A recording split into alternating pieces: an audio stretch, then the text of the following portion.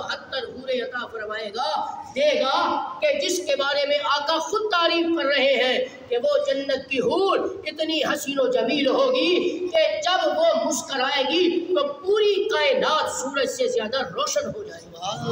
اور اپنے منہ سے تھوک کا ایک ذرہ بھی سمندر میں ڈال دے گی تو ساتوں سمندر شہد سے زیادہ میٹھے ہو جائیں گے۔ اور وہ جنت کی حوریں جب جنت کے دروازے پر آئیں گی تو مومن مردوں کا استقبال کے لیے وہ قطار میں کھڑی ہوں گی اور عربی میں اشعار پڑھیں گی اور کہیں گی کہ اے مومنو الا ونحن الخالدات فلا نموت ابدا ونحن الراضیات فلا نسقط ابدا طوبى لمن كان لنا وكنا به۔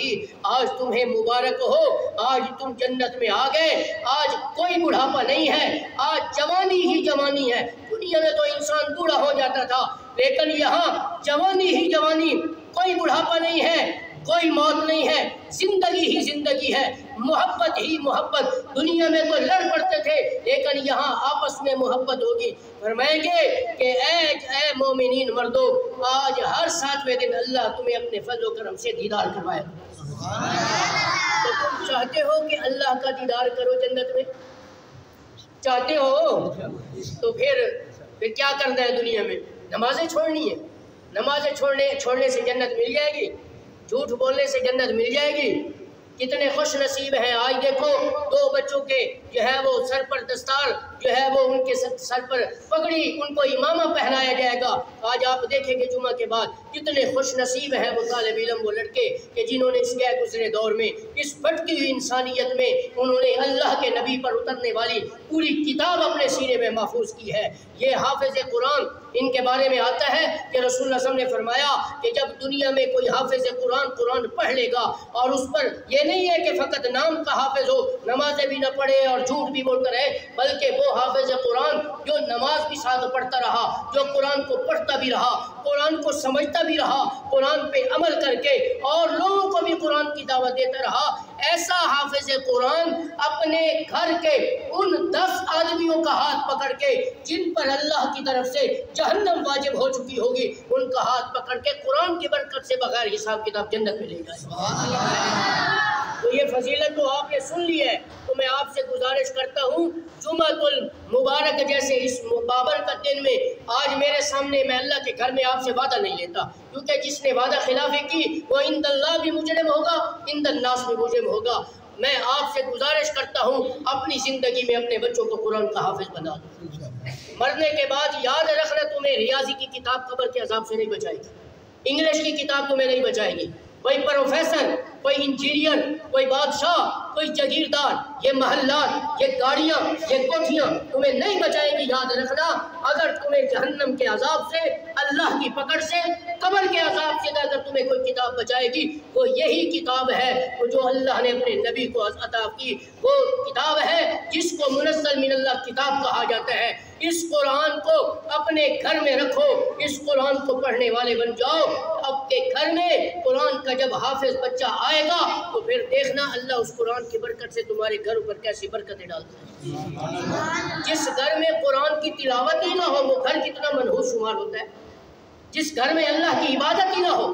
سجدہ ہی نہ ہو، اس گھر کی عظمت جو ہے وہ کیا ہے؟ اس کی عظمت تو ہے ہی نہیں، اس کی فضیلت تو ہے ہی نہیں، اس کا مقام تو ہے نہیں، وہ تو ہے ہی نحوست والا گھر کہ جس میں اللہ کے سامنے سجدہ نہ ہو۔ تو میرے بھائیوں، اپنی زندگی میں اپنے بچوں کو قرآن کا حافظ بناؤ۔ میری اس بیان کے بعد مجھے یہ خوشخبری سننی چاہیے کہ آپ اٹھیں اور مجھے کہیں کہ مولانا ہم آپ کے ادارے میں اپنے بچوں کو قرآن کا حافظ بنائیں گے۔ میں ایک علاقے میں پرسوں کیا، وہاں میں نے جب بیان کیا تو میں نے کہا مجھے وہاں کوئی امید بھی نہیں تھی کہ یہاں کوئی کھڑا ہوگا جو ہے وہ دین کی دعوت دینے کے لیے اپنا بچہ مدرسے میں بھیجے گا۔ تو جب میں نے بیان کیا تو بیان کے بعد اس چھوٹی سی مسجد میں 15 لڑکے کھڑے ہوئے، انہوں نے کہا کہ ہم آج ہی سے مدرسے میں جائیں گے اور قرآن پڑھیں گے، اور 15 میں سے 14 بچے وہاں مدرسے میں آئے، انہوں نے داخلہ لیا، آج بھی وہ قرآن پڑھ رہے ہیں۔ تو میرے بھائیوں، آپ اگر آج تہیہ کر لیں کہ اپنے بچوں کو قرآن کا حافظ بنائیں۔ ہم بڑے فخر کرتے ہیں کہ میرا بیٹا جی فلاں یونیورسٹی میں پڑھتا ہے، تو پھر کیا ہے؟ ایم اے کرنے والے آپ کو پتہ نہیں ہے دکانیں کھول کے بیٹھے ہوئے۔ اب رمضان کا مہینہ آ رہا ہے تو تم نے کیا انجینئر کو تلاش کرنا ہے؟ انہیں کیا دنیا دار کو تلاش کرنا ہے؟ حافظ قرآن کے پیچھے سارے بھاگ رہے ہوتے ہیں کہ بھئی حافظ قرآن چاہیے. تو میرے بھائیوں، دنیا دار ہے تو دنیا میں دنیا دار کہلائے گا، مرنے کے بعد اسے کوئی دنیا دار نہیں کہلائے. جاگیردار ہے تو دنیا میں ہے، مرنے کے بعد نہیں کہلائے گا. اگر کوئی پروفیسر ہے تو دنیا میں ہے، پھر مرنے کے بعد ختم. لیکن اللہ نے قرآن کے حافظ کو وہ عظمت دی ہے کہ اگر بیٹھا ہوا ہے تو قرآن کا حافظ بن کے بیٹھا ہے، سو رہا ہے قرآن کا حافظ بن کے سو رہا ہے، بول رہا ہے قرآن کا حافظ بن کے بول رہا ہے، جب اٹھ رہا ہے قرآن کا حافظ بن کے اٹھ رہا ہے، جب مرے گا قرآن کا حافظ بن کے جو ہے وہ مرے گا، جب قبر میں جائے گا قرآن کا حافظ بن کے جائے گا، جب قیامت کے دن قبر سے اٹھ کر حشر کے میدان میں جائے گا تو قرآن کا حافظ بن کے قرآن کے حافظ کو عظمت دی ہے. میرے بھائیوں، آپ سے میں تو بڑا کامیاب انسان ہوں گا کہ 50 چک میں